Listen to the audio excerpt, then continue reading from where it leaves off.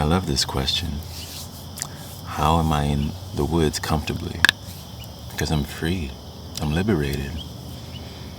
And from the looks of that profile picture, it looks like it's from another person of color.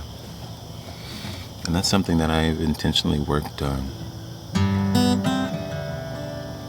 Because there's a lot of stereotypes around black people and nature in the woods, and that's something that we don't do. However, we don't often spend time to think about why. And so much of it has to do with slavery and the history, at least in this country, in America. Runaway slaves and escaping, right? The somatic trauma passed down from our ancestors. Hangings, lynchings, being out too late after dark in a space you're not supposed to be, quote unquote. And part of my journey as a nomad traveling the country is to embody my inner liberation. Let go of that limiting belief. Of course, do it responsibly. Keep my wits about me. If my intuition is telling me otherwise, then maybe align with that intuition. But to be sure that it's intuition and not fear, which is something I don't think we navigate with as much dexterity as we could.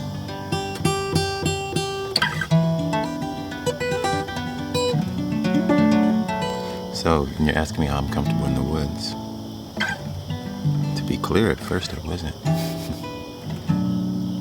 But working with meditation, mindfulness, and some somatic practices, releasing trauma that I found in a book by Resma Minikim called My Grandmother's Hands. I worked through a lot of the things that were hindering me from my freedom. To be in the most grounding place that every creature on this planet should have, nature. Every creature should have access to. And so if you are another black person of color, who experiences that resistance to being outdoors for all of those very understandable reasons, I encourage you to find your own way to approach those fears and get curious about them so you can free yourself and you can be the embodiment of what a black man in the woods enjoying himself actually looks like to help free someone else.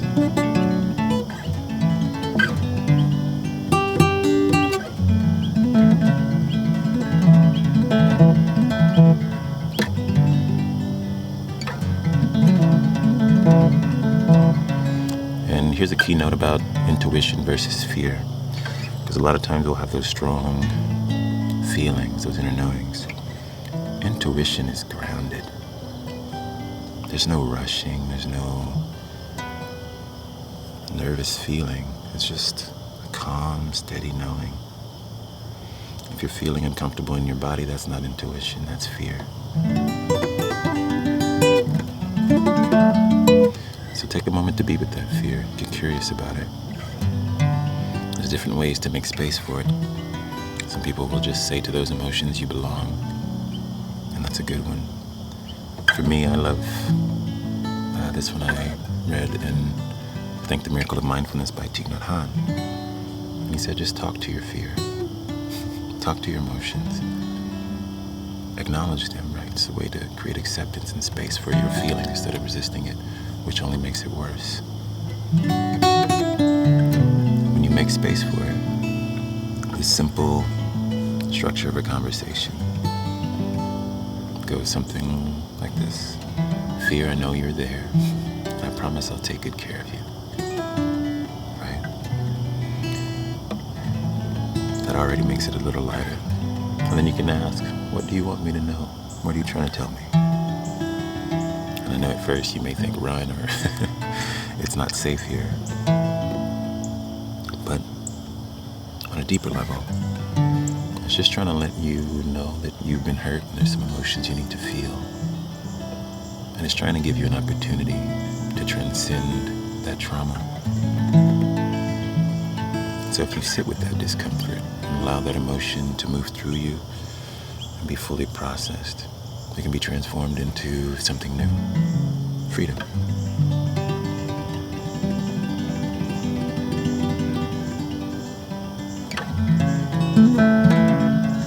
I'm saying a few messages about those who are afraid of the woods. And don't get me wrong, be mindful of where you are. Do your research.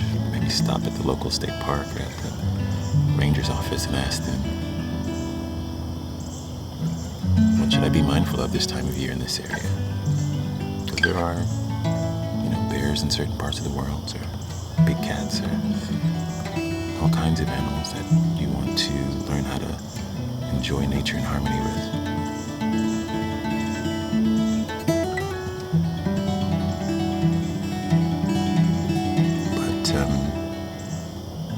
Just notice how much of that is in your head and how much of that is an actual threat. Oh, The Miracle of Mindfulness. That's written by Thich Nhat Hanh. He's a Vietnamese Buddhist monk. He was a mentor for Martin Luther King in the 60s.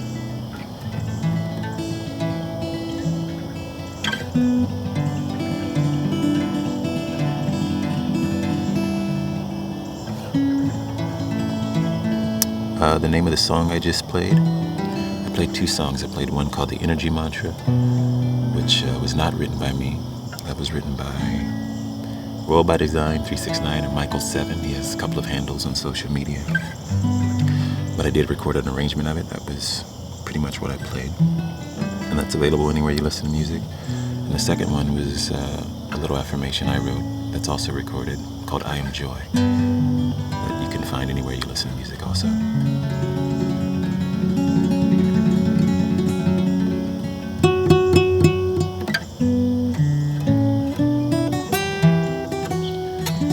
So I guess you guys have been talking about nature and getting out into the woods and what that means for Black people or people of color and our history and the somatic traumas.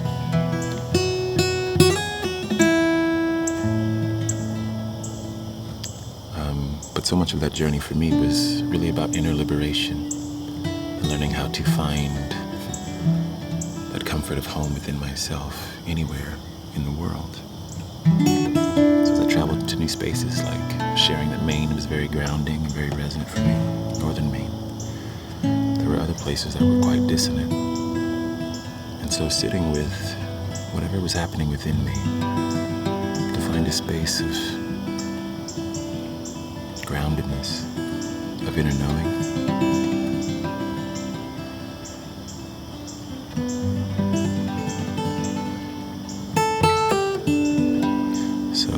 Something I encourage you to do when you're in a space and an energy.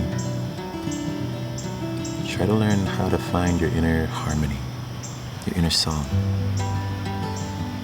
that keeps you grounded and stable. Don't get me wrong, certain energies, certain people, different times will have an impact. Learning how to regulate your own nervous system, your own emotions, and find that groundedness within is really the key to finding your authentic self and moksha, liberation.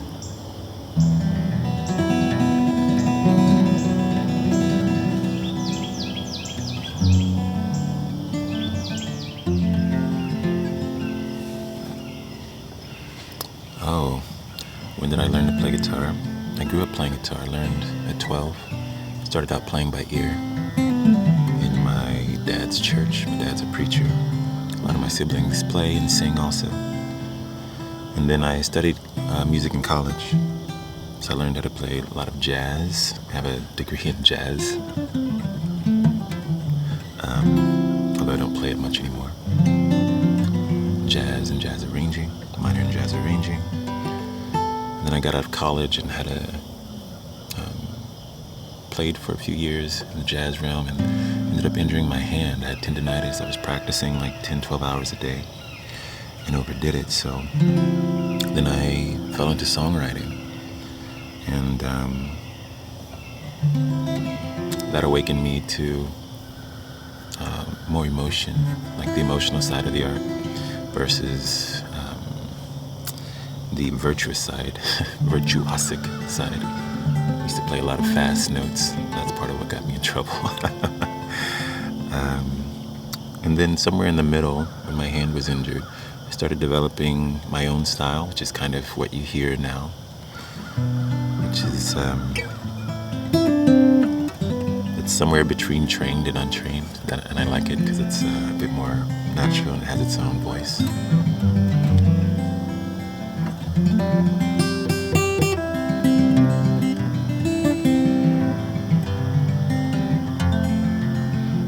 There's a lot of questions coming in now. I'm trying to keep up on TikTok here.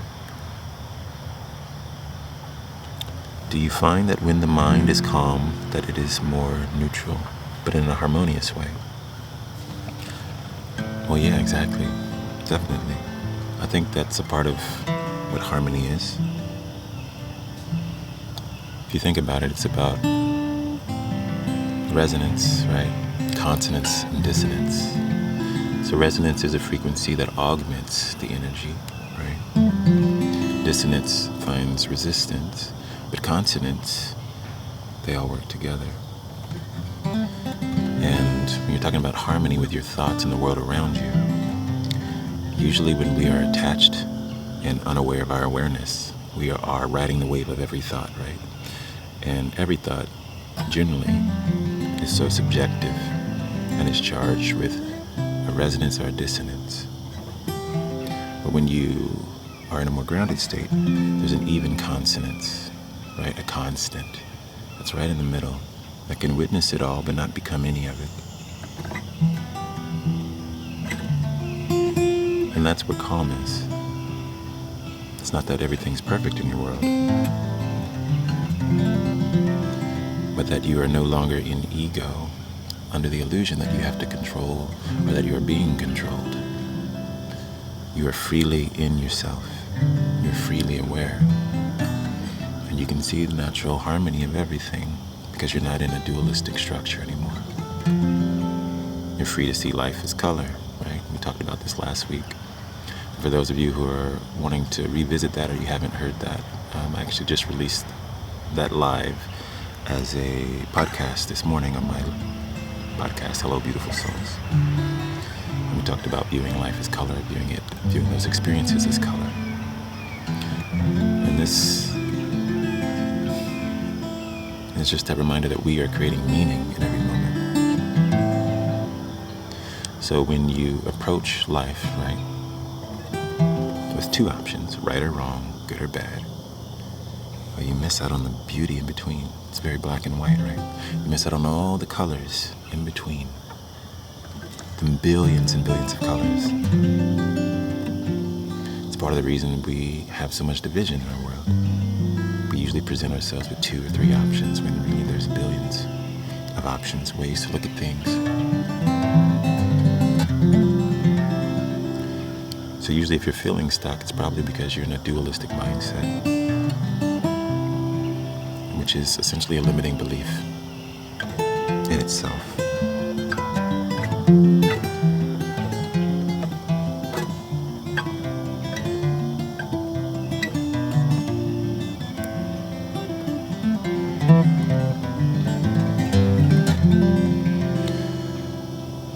But we are limited by, right, our own level of awareness. And so until you start to notice that, oh, these dualistic structures aren't serving me well, you stay in that loop, that pattern, and you make your own self miserable. You were doing that by holding on to those things, which is usually when you're in ego, right? You're edging God out, as Wayne Dyer would say, EGO, edge God out. And God, not necessarily being any particular deity, but just a good, orderly direction. So you're preventing a good, orderly direction. too hard to control the world around you, or if you're in a victim mindset, where you forget that you have the capacity to choose and co-create at any moment.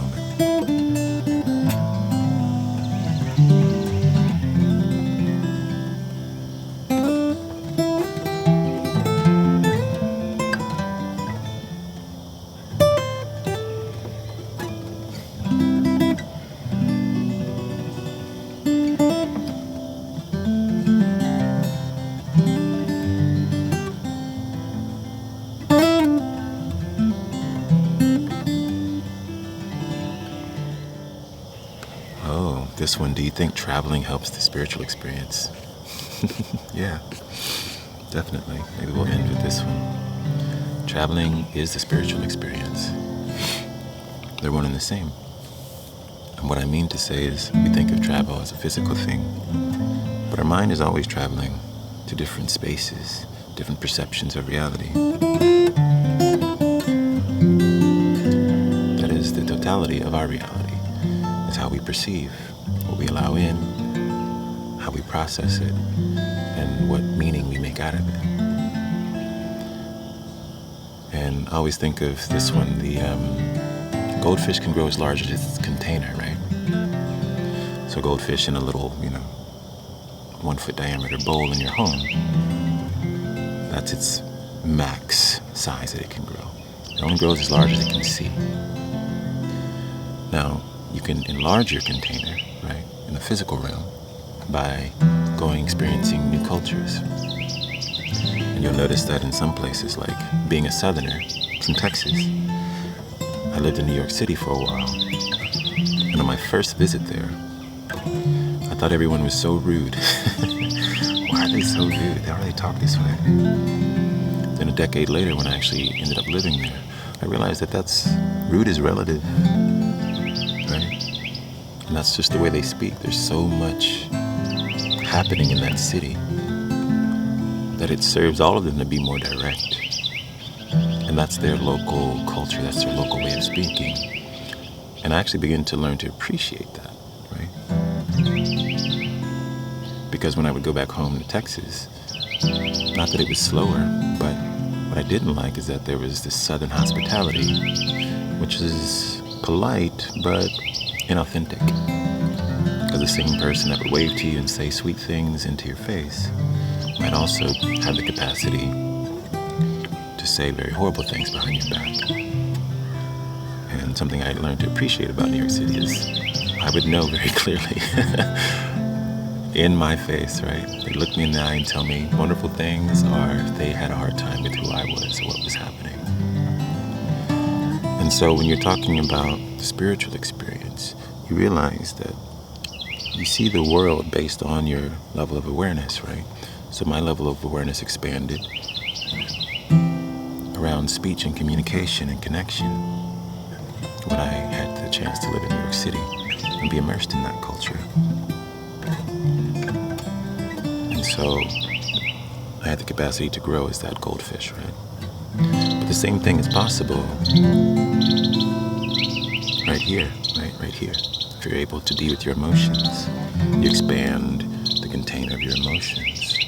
You stop using, happy, mad, sad, glad. And you look at the emotion wheel and you realize there's over 100 emotions that I can name to express how I'm feeling or what's happening within me. Color, right? And then, that's just America, of course, going to other countries. You learn about the suffering in other countries. You learn about the beauty of their culture. You learn that some of the most happiest places in the world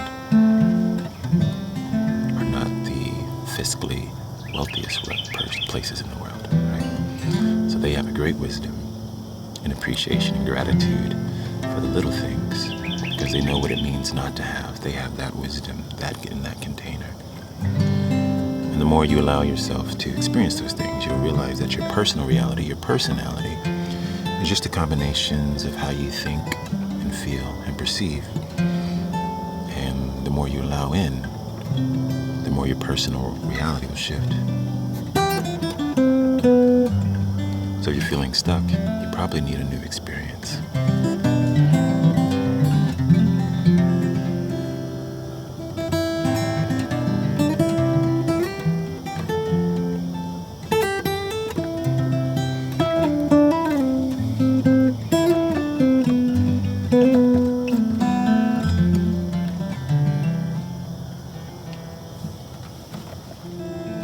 Also, before I go, I have to go now. But if you want to view any number of these kind of live streams, I have over 100 of them, I think, on my YouTube channel. So if you go to YouTube, A Soul Called Joel, just like you see it here, you can tap into this vibe and these questions and a lot of music too. Some of them are just music lives. And they're in different places that I've been able to travel to. So that's been a great joy, and just to feel the energy of different spaces. And before I go, for the month of October, there's a promotion for the Beautiful Souls Online community. I host a live meditation every morning, 7:30 a.m. That's what I'll be doing here in 30 minutes. And I guide you back into your heart, and I share some of the practices that have helped me to find greater peace and inner freedom.